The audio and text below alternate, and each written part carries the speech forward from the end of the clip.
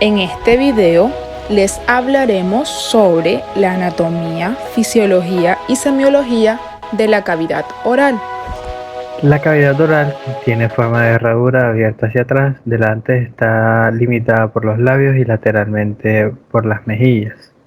El límite superior es el paladar, el cual separa de las fosas nasales y está formado por los huesos maxilar superior y palatino, recubierto por la fibromucosa palatina y con una estructura móvil llamada músculo membranoso, que es el velo del paladar.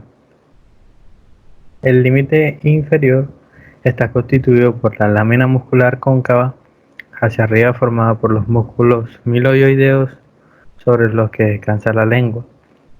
Su estructura muscular, que participa en la morfología del esqueleto facial y en la disposición de los dientes, así como la fonación y la deglución. Y por último, la pared posterior, encontramos el orificio irregular que comunica con la faringe. Dentro de las principales funciones de la cavidad oral encontramos el lenguaje, la fonación, el masticar, el salivar, que es el sentido del gusto, el habla y la deglución. Y dentro de las estructuras orales encontramos labios, encías, dientes, lengua, paladar, ya sea duro y el blando, faringe, laringe y glándulas salivales.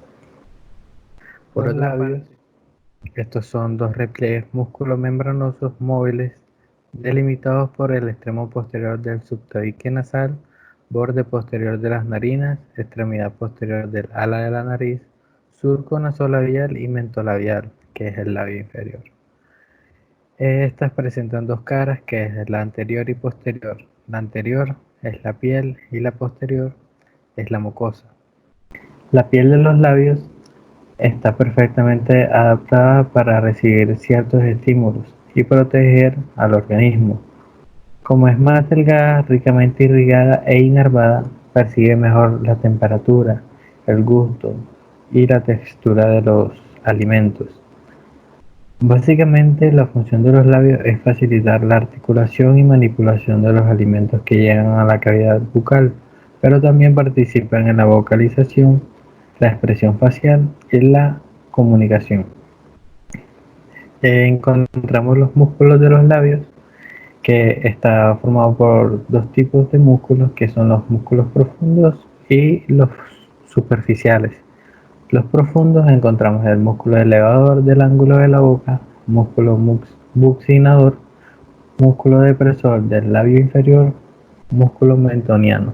En los superficiales encontramos el músculo elevador del labio y del ala de la nariz, músculo elevador del labio superior, músculos cigomáticos mayores y menores, el músculo depresor del ángulo de la boca y el músculo platisma.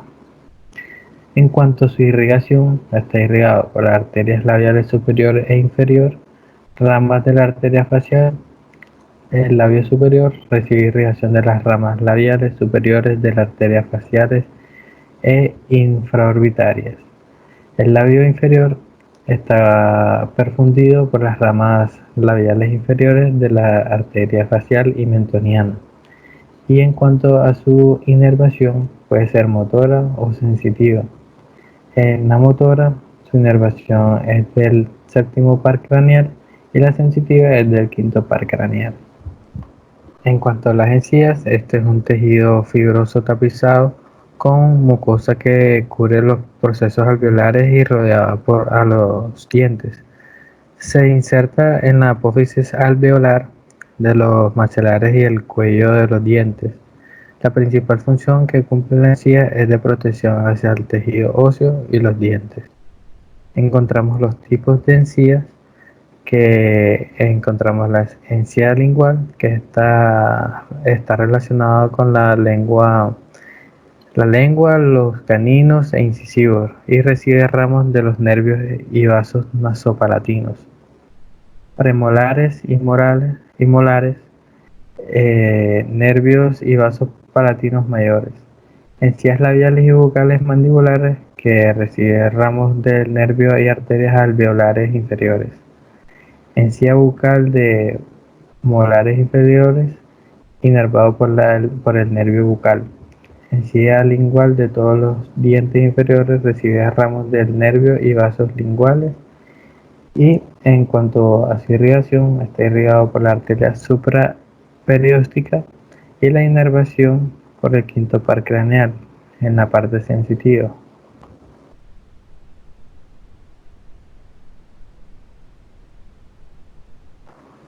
El diente. Estos son órganos anatómicos duros enclavados en los procesos alveolares de los huesos maxilares y mandíbula, unidos a través de una articulación especialmente denominada gónfosis. Esta cumple con la función de la masticación, deglución, expresión facial y el habla. Encontramos los tipos de dientes y su función. En la imagen 1 encontramos los incisivos, que estos sirven principalmente para cortar las comidas en trozos más pequeños.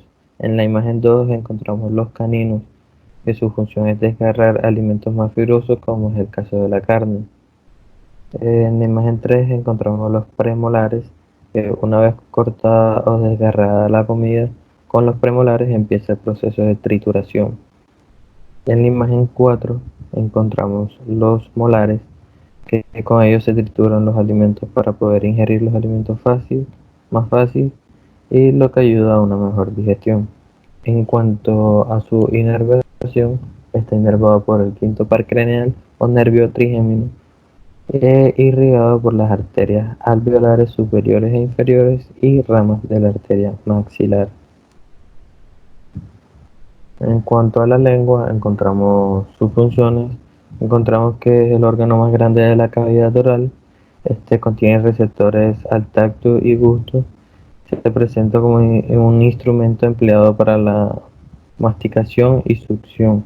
Esta cumple una vital importancia en el proceso del habla, ayuda en el proceso de deglución y contiene glándulas salivares menores, tipos de papilas linguales. En la primera encontramos las papilas gustativas, que son órganos sensoriales existentes en la lengua que permiten percibir los sabores. Se dividen en células de sostén y que envuelven a las células gustativas, y las células gustativas, que son ovoides inervados por el nervio glosofaríngeo. En las papilas caliciformes son las más grandes e importantes. Estas receptan el sabor amargo, se presentan en la parte posterior y están dispuestas en forma de V. Son 11 papilas en total y cada papila tiene forma cónica. En la papila filiforme encontramos que su función es térmica y táctil. Estas dan aspecto aterciopelado a la lengua, ayudan a despegar el alimento de la superficie de la mucosa oral, no contiene botones gustativos y son desplegadas en toda la lengua. Dentro de la papila fungiforme encontramos que esta está en forma de hongo, se encuentra en toda la superficie de la lengua, presentan el sabor dulce y su color rojizo es porque tiene vasos sanguíneos. En las papilas foliadas, estas se asemejan a las hojas de un libro, son poco desarrolladas y están distribuidas en la parte lateral posteriores de la lengua. Presentan botones gustativos solo en la infancia y estas captan el sabor salado. En cuanto a su irrigación e inervación de la lengua, la mucosa especializada lingual y la lengua en general es ampliamente irrigada e inervada. La inervación motora viene del nervio hipogloso y glosofaríngeo, mientras que la sensitiva está dada por el nervio lingual, que viene del trigémino, el glosofaríngeo y el vago. La sensación del gusto del cuerpo lingual, o los 2/3 anteriores, es conducida por las ramas del nervio facial, y la de la raíz, o el tercio posterior, por los nervios glosofaríngeo y vago. La irrigación proviene de la arteria lingual, que es la rama de la arteria carótida externa, y de la vena lingual, que drena en la vena yugular interna. El paladar. El paladar o techo de la boca consta de dos porciones: el paladar duro o bóveda palatina, ubicado en sus 2/3 anteriores, y el paladar blando o velo del paladar, ubicado en su tercio posterior. El paladar separa la cavidad bucal de las fosas nasales. Este es considerado una zona de roce cuya interacción lengua-paladar permite articular sonidos. El paladar duro está formado por el hueso maxilar y el hueso palatino, los cuales están cubiertos por una membrana mucosa. El tejido muscular del paladar blando está cubierto por el tejido epitelial. Este provee protección, produce secreciones y regula los materiales que se mueven alrededor de él. La úvula es una masa que cuelga en medio del paladar blando. Está por encima de la raíz de la lengua y esta ayuda a evitar que los alimentos se vayan por el pasaje de respiración cuando la persona está tragando. Tenemos que el paladar duro se encuentra irrigado por las arterias esfenopalatinas y palatina descendente. Se encuentra drenado por el plexo pterigoideo y recibe su inervación sensitiva y motora de los nervios palatinos mayor y nasopalatino. La irrigación del paladar blando proviene de las arterias palatinas menores y recibe su sangre venosa del plexo pterigoideo. Su inervación sensitiva está dada por los nervios palatinos, dos menores y uno mayor, originados del ganglio pterigopalatino. La faringe. La faringe es un tubo muscular pequeño que conecta la boca con el esófago. Se dice que la faringe tiene dos papeles fundamentales, uno relacionado con el sistema respiratorio, que es permitir que el aire pase a la tráquea, y el otro relacionado con el sistema digestivo, que es permitir que la comida pase al esófago. Esta se divide en tres porciones. Una por la nasofaringe, que se extiende desde las coanas hasta el velo del paladar, la orofaringe, que está ubicada por detrás de la boca, y la hipofaringe, que comunica la garganta con el esófago. Cabe resaltar que en la faringe podemos encontrar las amígdalas, las cuales tienen una función de defensa ante los microorganismos. La amígdala faringe está en la línea media en el techo de la nasofaringe, las amígdalas palatinas que están a cada lado de la orofaringe posteriormente al istmo de las fauces, y la amígdala lingual, que se refiere al conjunto de numerosos nódulos linfáticos que hay sobre el tercio posterior de la lengua. La faringe se encuentra irrigada superiormente por la arteria faringe ascendente y las ramas tonsilar y palatina ascendente, e inferiormente por las ramas faringeas de la arteria tiroidea inferior. Recibe su drenaje venoso del plexo pterigoideo en la fosa intratemporal y se encuentra inervado por la rama faríngea del nervio vago, la rama del nervio laríngeo externo y las ramas faríngeas del nervio glosofágico. La laringe. La laringe es un órgano impar, ubicado en la región cervical anterior a la altura de los cuerpos vertebrales de C3 a C6. Comunica la orofaringe con la tráquea, dando paso al aire inspirado y expirado. Su función es la emisión de la voz y resguardar la vía aérea durante la deglución. El esqueleto de la laringe está formado por 9 cartílagos, 3 de ellos son impares, los cartílagos tiroides, cricoides y epiglótico. El aritenoides, el corniculado y el cuneiforme son pares. La irrigación de la laringe está dada por las arterias laringeas superiores e inferiores, las venas laringeas superiores y las venas laringeas inferiores, y su inervación la recibe de los nervios laríngeo superior y laríngeo recurrente, ambos ramos del nervio vago. Las glándulas salivales. Las glándulas salivales son las encargadas de segregar la saliva, que va a actuar sobre el bolo alimenticio y que también posee actividad enzimática. Las glándulas salivales mayores son órganos pares y autónomos que corresponden a las glándulas parótidas, submandibulares y sublinguales, y las glándulas salivales menores se encuentran en la mucosa de la boca. Y según su localización encontramos a las glándulas salivales labiales en la cara posterior de los labios, las glándulas de la boca en la cara medial de las mejillas, las glándulas molares próximas al tercer molar superior, las glándulas palatinas en la mucosa del paladar y las glándulas linguales en la lengua.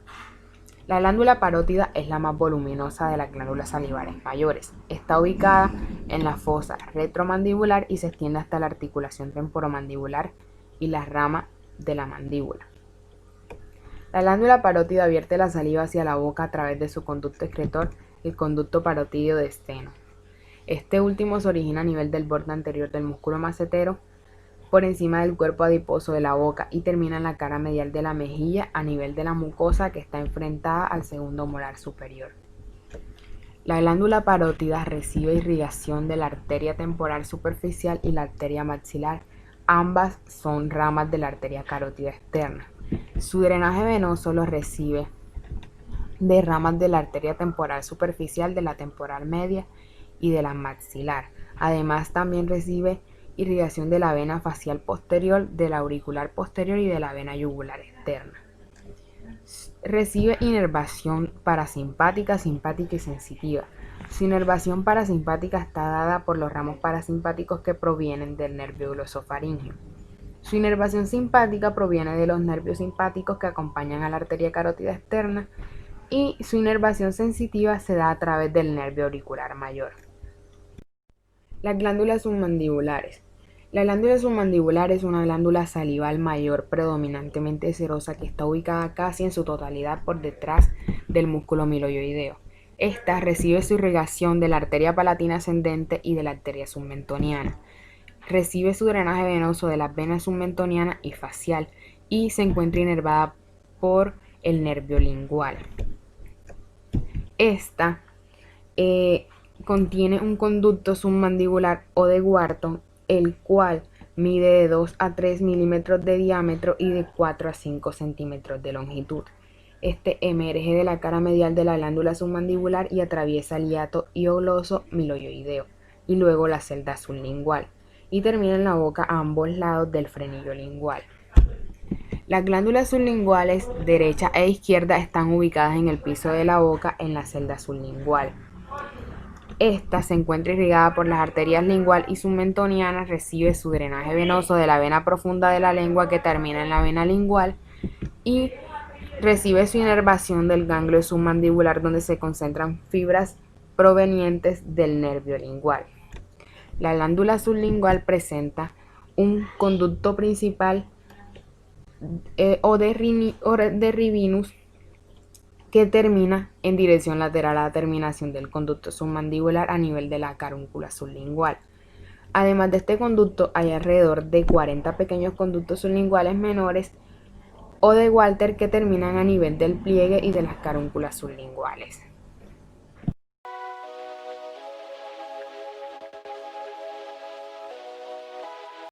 Es fundamental el trato que recibe el paciente proveniente del doctor, debido a que le brindará seguridad y confianza para hacer de la consulta lo más amena posible. Además, en los datos de identificación es necesario preguntarle al paciente su edad, porque muchas patologías prevalecen según la edad, y así ayudará a obtener un buen diagnóstico, y sobre el lugar donde viven las personas para saber a qué factores de riesgos están expuestos. Los síntomas más frecuentes por el cual las personas acuden a consulta son dolor. Su origen puede ser dentario, glosidinio y funcional. Este último se debe a la alteración de la articulación temporomandibular o daño en las prótesis dentales. Halitosis. Esta se debe a la presencia de bacterias por la escasa higiene bucal, alteraciones hepáticas, reflujo gastroesofágico, entre otros. Trastornos de la salivación como cialorrea. Se debe a intoxicaciones por mercurio y otros metales pesados.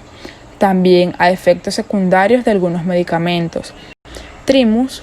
Este es causado por procesos infecciosos, alteraciones o traumas en la articulación temporomandibular. Keilitis por la exposición a rayos solares. Augesia y sangrado que puede ser causado por la inflamación de las encías. Buenos días, doctora, ¿cómo está? Buenos días, ¿cómo es su nombre? María Natalia. María Natalia, yo me llamo Jihan y soy la médica que el día de hoy la va a atender. Adelante, siéntese. Bueno, señora María Natalia, ¿cómo se encuentra el día de hoy? Muy bien, gracias. Me alegro mucho. ¿Me regala por favor su nombre completo? María Natalia Rincón Ruiz. Tipo de identificación, señora María. Cédula de ciudadanía. ¿Cómo es el número? 36 696 401. ¿Cuántos años tiene? 39. ¿Género con que se identifica, señora María? Femenino. ¿Estado civil? ¿Se encuentra casada? Soltera. Soltera. ¿Ocupación? Docente. Ok. ¿Pertenece al grupo étnico? No. ¿Religión que profesa? Católica. ¿Hasta qué nivel de educación llegó? Especialización. Ok. ¿Usted dónde nació? Santa Marta. ¿Y dónde vive? Santa Marta. Santa Marta. ¿Y dónde se ha encontrado estos últimos 3 meses? Santa Marta. Ok. Dirección de su casa, por favor. Manzana Casa 12, Quinta de San Pedro. Teléfono. 423-23-23. Régimen al que pertenece. Contributivo, especial. Contributivo. Señora María, ¿quién es su responsable? Mi hermana. Ok. ¿Cómo es el nombre de su hermana? María José. Teléfono. El mismo. 423-23-23. ¿Y la dirección? La misma. Manzana Casa 12, Quinta de San Pedro. Ok. ¿A qué entidad pertenece? ¿Comeva? Sanitas. Ok. Sanitas. ¿Y qué tipo de afiliado es usted? ¿Cotizante? Cotizante.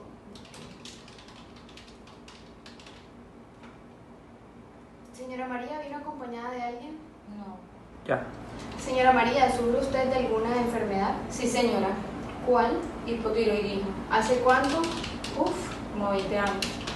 ¿Y se trata para el hipotiroidismo? Sí, señora. Levotiroxina de 25 miligramos. ¿Cada cuánto? Todos los días en ayunas. ¿Hace cuánto? Hace rato, hace 20 años. ¿Alguna vez la han intervenido quirúrgicamente? Cesárea.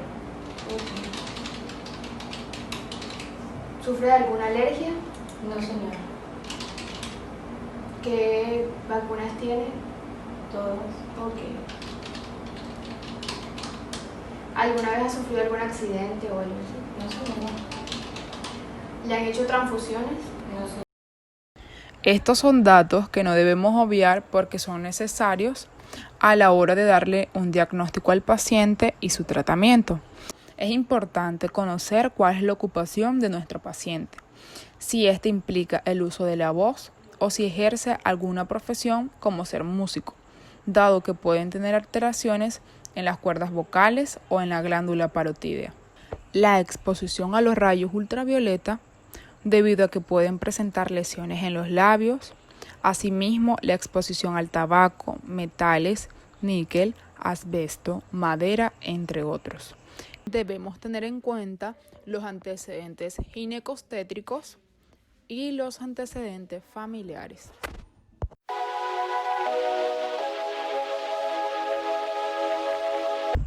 El examen físico de la cavidad oral se debe realizar desde lo más externo hasta lo más interno. Señora María, ahora procedo a realizarle el examen físico de su cavidad oral. Es un proceso indoloro, sin embargo, si usted se siente incómoda, me avisa y yo me detengo. ¿Me permite continuar? Sí, claro. Iniciaremos con la inspección de los labios. Aquí vamos a observar la simetría, el tamaño, la forma, la coloración, la hidratación, la integridad y por último la movilidad. Señora María, sonría. Señora María, lleve sus labios al frente, extiéndalos, por favor. Ok. Por favor, abra la boca y enséñeme sus encías. En las encías observaremos la textura, la firmeza, la coloración e integridad de sus bordes. Confirmaremos si la arcada dentaria está completa o no, la coloración de los dientes, la inserción y la distribución de los mismos. Es importante identificar la presencia de lesiones, dolor, aparatología dentaria e implantes. Ahora, con nuestro bajalengua, procedemos a hacer la inspección de la mucosa oral. Aquí evidenciaremos la superficie, la coloración, humedad e integridad de la misma. Señora María, por favor, saque su lengua. En la lengua vamos a observar la simetría, el tamaño, la forma, la humedad, la integridad y movilidad. Por favor, mueva su lengua de lado a lado. Lleve la punta de la lengua al paladar, por favor. Ok, permítame, señora María. Señora María, por favor, incline su cabeza un poco. Esto nos permitirá hacer la inspección de paladar duro y blando. Aquí inspeccionaremos la simetría, coloración, humedad y movilidad.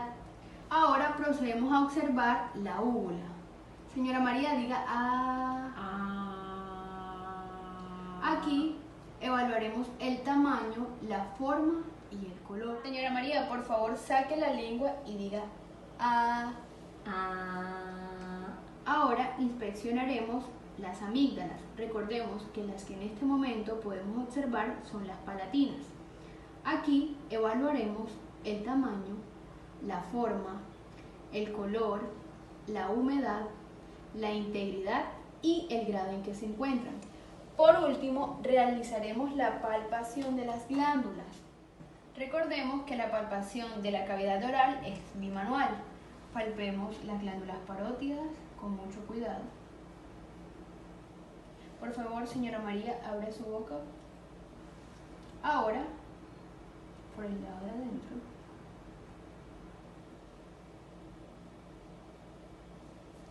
Recordemos que es bimanual.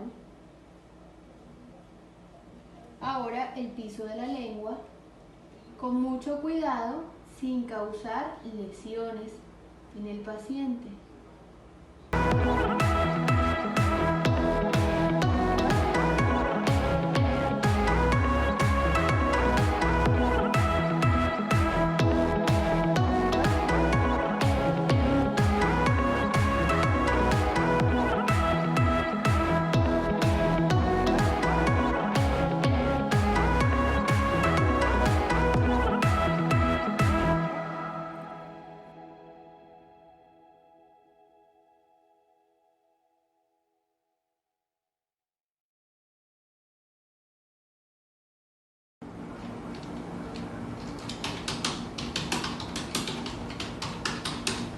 Al finalizar el examen físico, debemos constatar en la historia clínica los hallazgos obtenidos en nuestro paciente.